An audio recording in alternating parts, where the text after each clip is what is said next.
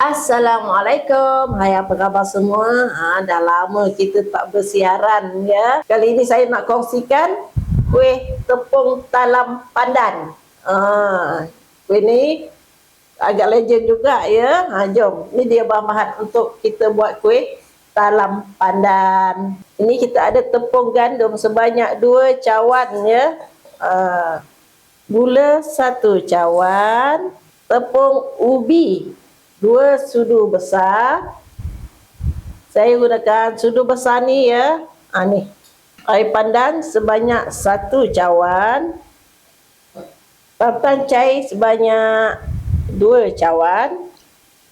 Air kapur 1 sudu besar. Kita tapiskan adunan kita ke dalam periuk ni.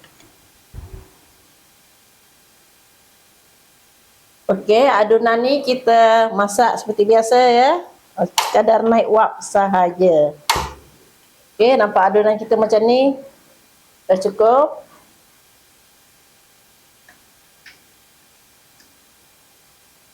Kita kukus selama 15 ke 20 minit ya. Okey, ni bahagian atas pula. Sini kita ada tepung beras sebanyak 3/4 cawan ya. Tepung jagung sebanyak 2 sudu besar. Ni garam 1 sudu. 1 sudu ni ya. 1 sudu teh. Santan ni sebanyak 3 cawan setengah. Adunan ni pun kita tapis. Yang ni pun kita kacau sehingga dia naik wap. Okey, adunan kita ni dah pun naik wap macam ni.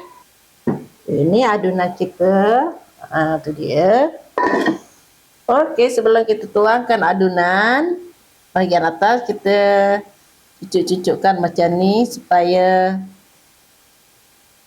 adunan kita melekat ya. Tuangkan bahagian ni ke atas. Bismillahirrahmanirrahim.